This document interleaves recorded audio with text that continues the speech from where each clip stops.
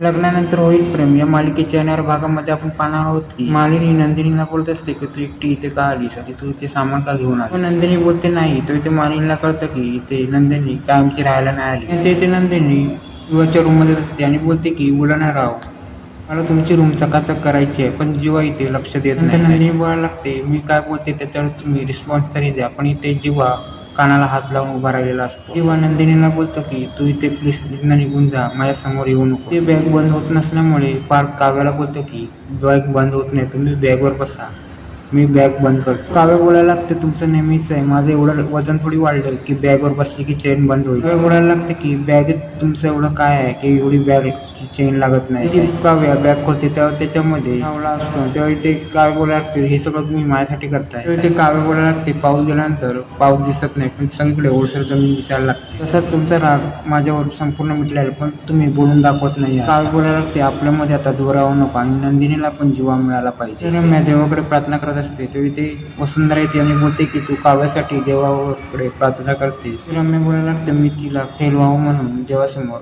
नमस्कार करते आणि मी खूप प्रयत्न करते की पार्थ आणि काव्या वेगळे व्हावे. रम्या बोलायला लागते मी या काव्याला एक्झामला बसायला देणार नाही, तसं बघितलं तर माझं पार्थशी लग्न जुळणार आहे. पार्थ आणि काव्या एक्झाम सेंटरला जायची तयारी करत असतात आणि तेव्हा ते सांगायला लागते की तुम्ही एक्झाम सेंटरवरनं यायची जास्त घाई करू नका. रम्या बोलायला लागते तुम्ही इकडे तिकडे फिरत राहा. ते